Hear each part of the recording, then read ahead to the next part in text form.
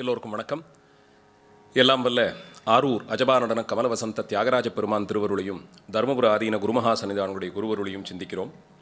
சிந்தை நிறை சிவவடிவங்கள் என்ற தலைப்பிலே எல்லாம் வல்ல பரம்பொருளாய் விளங்கும் சிவபெருமான் அருவம் உருவம் அருவுருவம் என்று 3 நிலைகளிலே காட்சி தரும் பரம்பொருள் எல்லா இடத்திலும் வியாபித்திருக்கக்கூடிய அந்த தன்மையை ஆச்சாரியர்கள் தங்களுடைய ஞானத்தினாலே உணர்ந்து ஓருருவம் ஒன்றுமில்லாதானுக்கு பல்வேறு வடிவங்கள் கொடுத்து எந்தெந்த நிலையிலே அவர்களையெல்லாம் எம்பெருமான் தடுத்தாட்கொண்டானோ அந்த நிலைகளை எல்லாம் சிறப்பித்து அதற்கொரு இலக்கணம் வகுத்து சிவாகமங்களின் மூலமாக அந்த திருவுருவங்களுக்கு நாமங்கள் பெறப்பட்டு அந்தந்த நாமத்திற்கு இதுதான் இலக்கணம் என்று வரையறை செய்யப்பட்டு இந்த திருவிளையாடல் நிமித்தமாக எம்பெருமான் இப்படி ஒரு திருவேடம் தரித்து வந்தார், அந்த திருவேடத்திலே அவருடைய ஜடாபாரம் இப்படி இருந்தது, அவருக்கு இத்தனை தோள்கள் இருந்தன, ஒவ்வொரு திருக்கரத்திலும் இப்படியான ஆயுதங்களை ஏந்தியிருந்தார், இன்ன நிலையிலே எழுந்தருளினார், வீற்றிருந்தருளினார் என்று இப்படி அவருடைய திருவேடங்களினுடைய சிறப்பை பாடல்கள் தோறும் வைத்து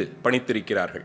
இதற்கு ஆதாரமாக இருக்கக்கூடியவை சிவாகமங்களும் அந்த சிவாகமங்களை தழுவி எழுந்த சிற்பசாஸ்திர நூல்களும்.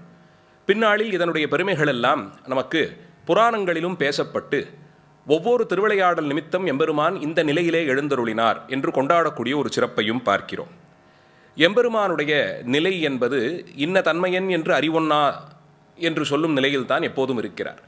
மனிதர்கள் பசுக்களினுடைய அறிவு அளவுபட்டதென்றும் அதனால் அறிவித்தால் அறிந்து கொள்ளும் திறமைத்தான் என்பதையும் சைவ சித்தாந்த ஆச்சாரியர்கள் வரையறை செய்து கொடுத்திருக்கிறார்கள். நாம ஒன்றை அறிந்தோம் என்பது நடப்பது அத்தனை சுலபமில்லை. யாரோ ஒருவர் அறிவிக்க அதை பற்றி தெரிந்து கொண்டோம். சின்ன வயதிலிருந்து யாரோ அனுபவசாலி ஒருவர் சொல்லிக் கொடுக்க இதனாலே இது இப்படி ஆயிற்று என்று அறிந்து கொள்கிறோம்.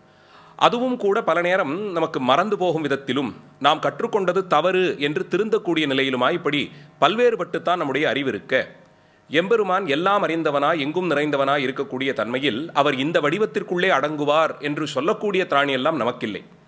இப்போ பரம்பொருளாக இருக்கக்கூடிய அந்த வடிவம் உருவற்றதாய் அருவ நிலையிலே பராகாச வெளியிலே அவர் வீற்றிருக்கிறார், ஆடிக்கொண்டிருக்கிறார் என்று பலபடியும் ஆச்சாரியர்கள் உணர்ந்து ஓதியிருக்கிறார்கள்.